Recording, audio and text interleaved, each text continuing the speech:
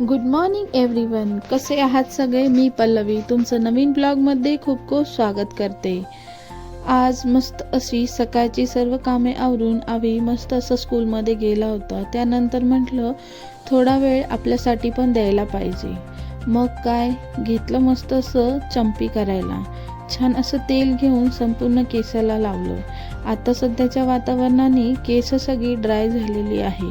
आणि हो, लहान मुलं असली की हेअरफॉल काय होतो हे प्रत्येक आईला माहीतच आहे. तोच माझ्यासोबतही होत आहे आणि केसही खूप ड्राय होत चालले आहे. म्हणून म्हटलं मस्त अशी आठवड्यातून एकदा तरी छान अशी आल्मंड ऑइलनी चंपी करायला घेतली पाहिजे. मस्त चंपी वगैरे करून युवीला जे वॅक्सिनेशन दिलं होतं ते शेकवायला घेतलं होतं, कारण ते सुजलेलं होतं आणि तो उभा राहिला की त्याला त्रास होत होता. म्हणून त्याला नादी लावत लावत त्याच्या वॅक्सिनेशनच्या जागी मस्त असा बर्फाने शेकवत होती.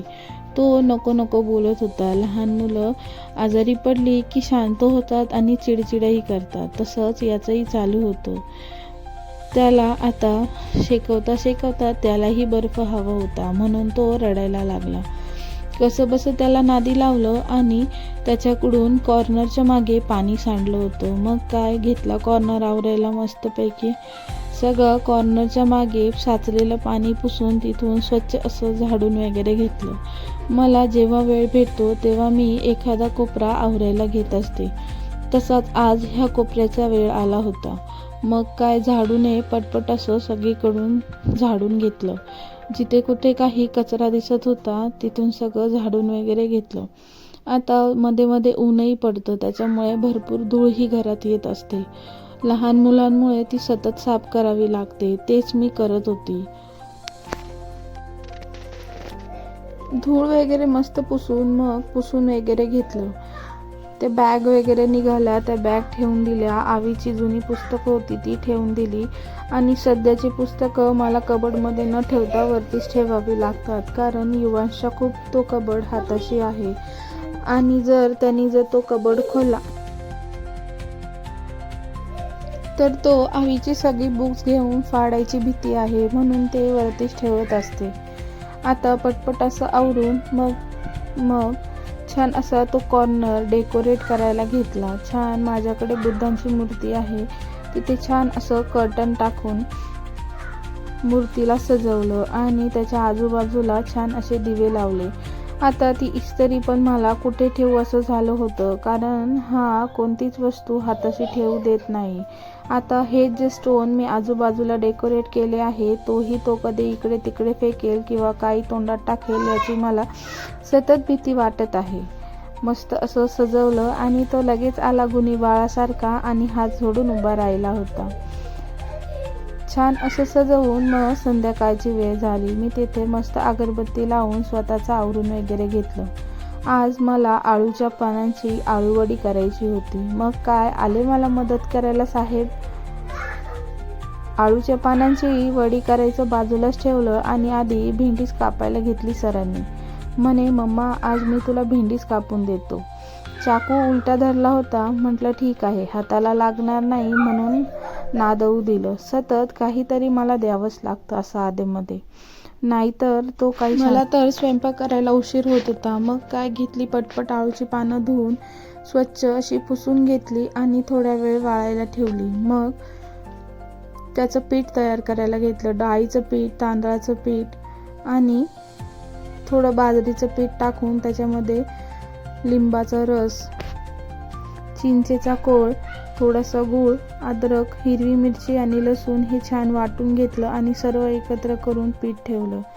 तोपर्यंत छान अशी पानं लाटून वगैरे घेतली. बघा बरं, मी बाहेर आली. मला वाटलं हाही माझ्या मागे येईल, पण तो काही किचनच्या इथून हलायला तयार नव्हता. त्याला तिथेच उभं राहायचं होतं. मग मी जे काही मिरची वगैरे वाटून घेतली होती ती पटपट अशी पिठामध्ये कालवून घेतली. डाळीचं पीठ असल्यामुळे त्याच्यामध्ये मस्त असा ओवा हातावरच चोळून तोही टाकून घेतला आणि पटकन असं दळलेलं मिश्रण एकत्र करून सर्व पीठ छान प्रकारे कालवून घेतलं होतं. थोडं तांदळाचं, बाजरीचं सांगितल्याप्रमाणे मी सगळी पिठं एकत्र केली आणि ही होती अद्रक लसूणची पेस्ट. तसेच त्याच्यामध्ये चिंचेचा कोळही घेतला होता, म्हणजे त्याने जी घशामध्ये खाज येते तीही येत नाही. ही पानं मला आईंनीच आणून दिली होती. मग पटकन अशी आळू वड्या करायला घेतली. वड्या करता करता मला तसा उशीरच झाला होता. माझी भांडीही निघत चालली होती. मग पटपट असं सगळं आवरून घेतलं आणि स्वयंपाक बनवायला सुरुवात केली. वरण भाताचाही कुकर एका बाजूला लावून दिला होता, कारण लहान मुलांमुळे कुठे वेळ निघून जातो समजूनच येत नाही. आणि तुम्हाला सांगताना जेवढी पटापट मी रेसिपी सांगत आहे, तेवढं जर पटापट ही कामं झाली असती तर किती बरं झालं असतं ना. पण नाही, भरपूर वेळ लागला मला एवढं पानं लाटून त्यांना एक एक करून पूर्ण पानांना मस्त असं सगळं पीठ लावायचं होतं मला.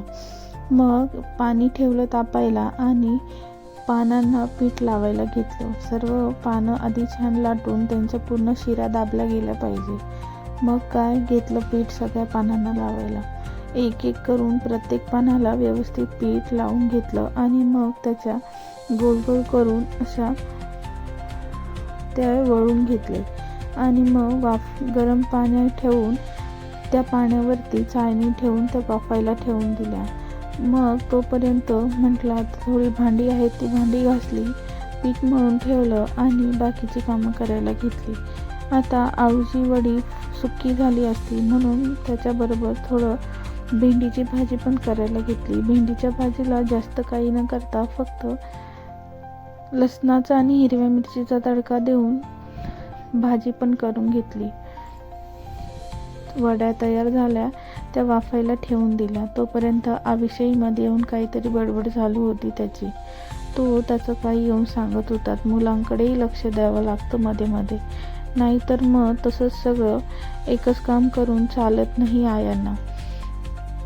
त्याचं झालं, तो गेला. मग काय घेतलं पटपट पीठ मळून घेतलं आणि लगेच हात धुण्याऐवजी म्हटलं आधी भांडीच घासून घ्यावा. मग भांडीही घासून घेतली. तसं कुकर झालेच होता. मग लगेच वरणाला फोडणी दिली, भेंडीची भाजीही बनवली. आता यामध्ये तुम्हाला सर्व काही दाखवत नाही, पण तेवढ्या वेळात मी किती कामं केली ही मलाच माहिती आहे. आणि त्याच्यामध्येच मुलांचंही मध्ये मध्ये येणं सारखं चालूच होतं.